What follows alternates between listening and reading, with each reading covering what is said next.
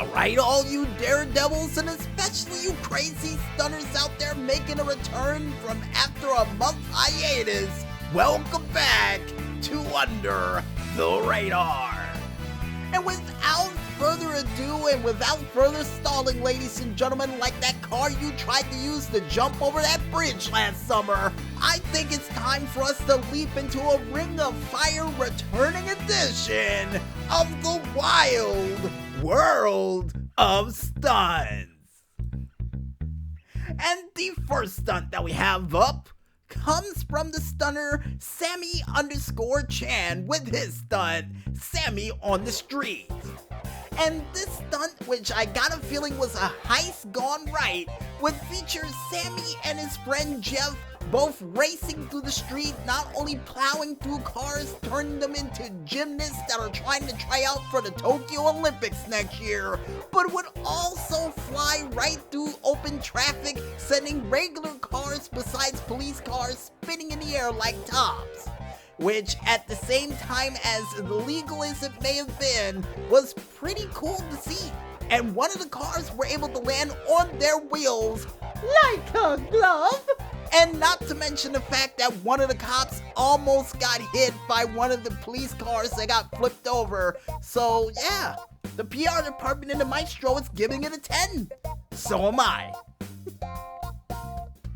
And the next stunt that we have up comes from the stunner Pt.4. Hopefully we said that name right. With his stunt, Bruh, Bikes is a dangerous weapon.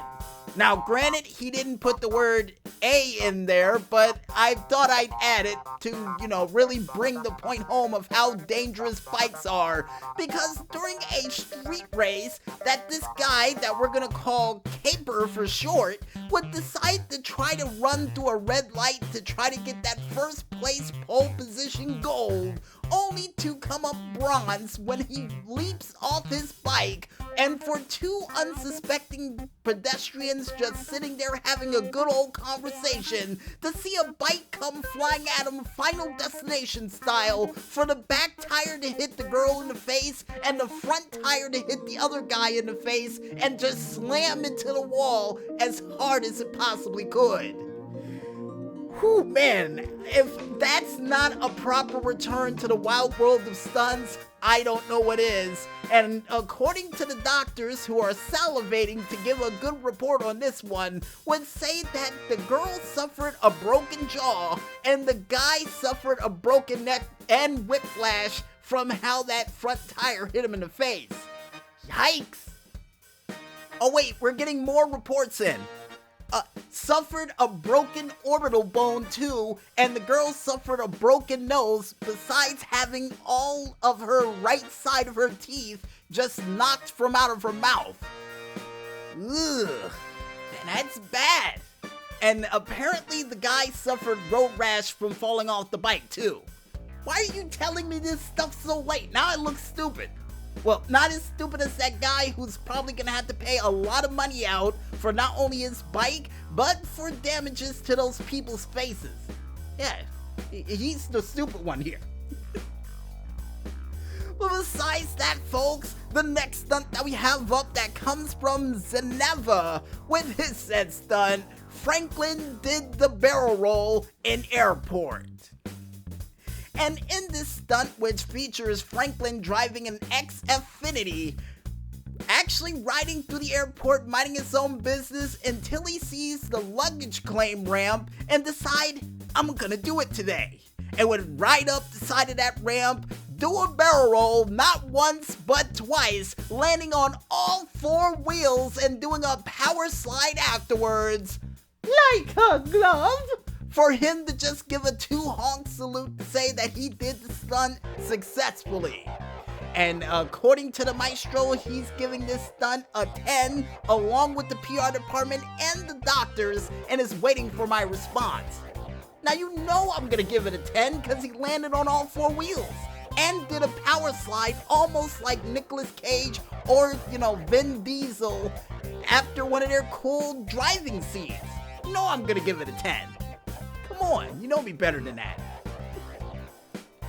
And the next stunt that we have up, and I got a feeling a bit of a double feature from Caper KKR with his stunt, EBE.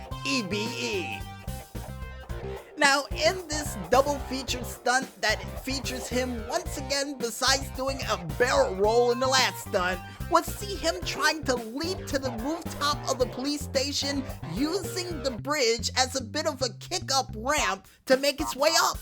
And if you're wondering at home how this went, well, on his first attempt, he would almost make it up there, only to fall backwards and land back first onto the concrete with his bike landing on top of him.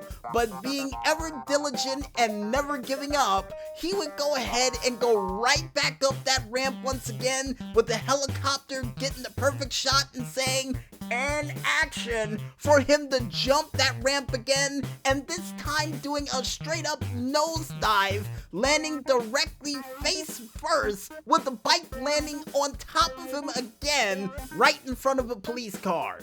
Now, the police wasn't there because they were responding to an earlier report during the day that I got a feeling had to do with those ramp-like cars during that heist, but let's just say the ambulance was there to help him scrape him off the ground after those two failed attempts. And according to the doctors, he is in a lot of pain. That's all they told me, because the list of injuries he suffered, from broken ribs to a broken back to even dislocated shoulders and even a broken arm and wrist, was too much to mention on the air. Why don't you just say he suffered an Inspector Gadget moment and call it a night? Oh yeah, that would have been a lot simpler, wouldn't it? Yeah, that's what I thought. And the last but not least stunt that we have up for this week comes from the stunner Shedding Yeti, nice name by the way, with their stunt, Project Pat. And this stunt maestro said he was trying to get to my attention for well over, 2 weeks? But unfortunately, we weren't able to mention it during the Weird World of Stunts, so now is the perfect time. His exact words. And during this stunt, folks, would feature Franklin doing a Dukes of Hazzard slide to the back of some guy's car after swinging at the guy in the front seat, only to run around to the other side of the car and, I kid you not, pull off a beautiful Sagat Tiger knee right to the face, only for him to flip upside down and the guy to get back up saying, "What the hell is wrong with you?" And for that alone, and with nobody hurt during this stunt, I'm giving it a 10. What about you guys? 10s across the board because he did a Sagat Tiger knee. I never thought in the world of Grand Theft Auto anybody would be able to pull off that move, but this guy definitely aces in my book for pulling it off. And if you guys want to go ahead and check out any other cool stunts of people trying to get themselves maimed for unnecessary fame, you can head on over to the socialclub.rockstargames page, only known as socialclub.rockstargames.com, and just scroll on over to those video pages to check out a whole bunch of stunners that are happy that we're back so they can break their back on open film. And apparently the only person who was able to do that this week was Capper KKR, and I got a feeling it was well deserved with the fact that he just kept going for that one stunt. Right. And with that said, folks, we might as well head back into this music once again, and when we return, we'll be back with another edition of the GTA Online Top 5 Tracks of the Week, right after this. So don't go anywhere just yet, folks, and stay tuned.